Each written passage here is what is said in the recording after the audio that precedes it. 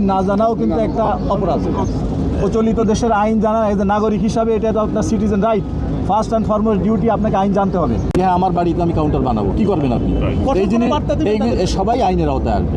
আইনের মাধ্যমে এগুলো আমরা আস্তে আস্তে একটা সিস্টেমে নিয়ে আসবো। দেখেন, আপনি যেটা বললেন, এই ঢাকা শহরের সব যাত্রী যদি গাবতলী থেকে যাওয়া শুরু করতো তাহলে তো এখানে আপনি ঢুকতে পারতেন না, আমি আসতে পারতাম না।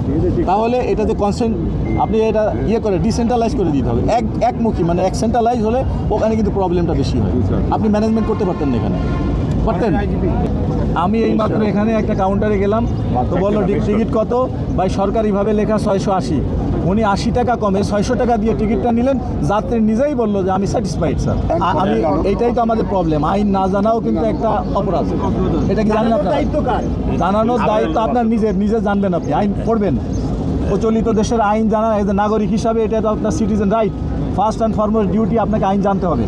আপনি জানেন না বলে এসে বলবেন যে আমি এটা জানতাম না, এটা তো কোনো অজুহাত মানা হবে না। এই জন্যই কিন্তু আমি বলেছি একটা প্যাকেজ প্রোগ্রাম, যে সাংবাদিক, পুলিশ, আমাদের সকলে যারা জড়িত আছে সবারই কিন্তু এই বিষয়গুলো টুকিটাকি জানা দরকার।